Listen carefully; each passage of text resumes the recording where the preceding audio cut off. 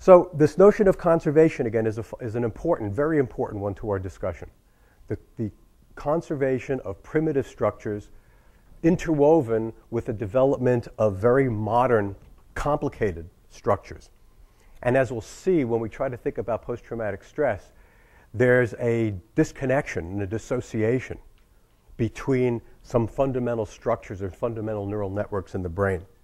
And I think that's a really good way to think about PTSD, because we talk about dissociation as a symptom, but I think when you look at the brain and understand what's happening to the brain, you realize that dissociation is actually something that's happening among neural networks and neural systems.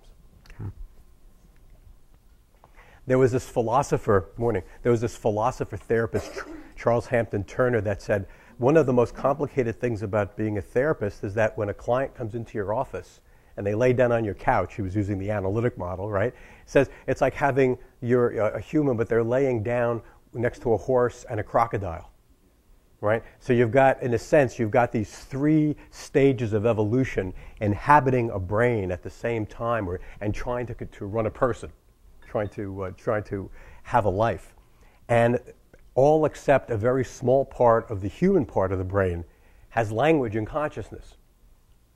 Everything else is automatic, reflexive, and works outside of awareness. And that's why we have an unconscious. If self-awareness and consciousness never developed, we wouldn't have an unconscious. It would all be unconscious.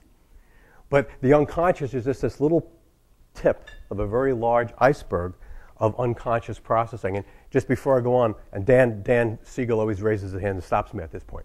He says, make sure you distinguish between the Freudian unconscious and the unconscious you're talking about. So I'm going to do that.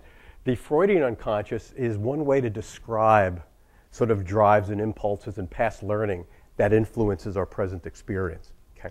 But when I'm talking about unconscious, I'm talking about everything that our brain does that we don't have to be consciously aware of. If you touch a hot stove and you pull your hand away, that's a brainstem reflex. It doesn't even make it to your brain. There's all sorts of automatic processes that occur without ever involving conscious awareness. Almost nothing reaches conscious awareness except this highly processed, information. And the brain somehow creates the illusion that we actually know what we're doing.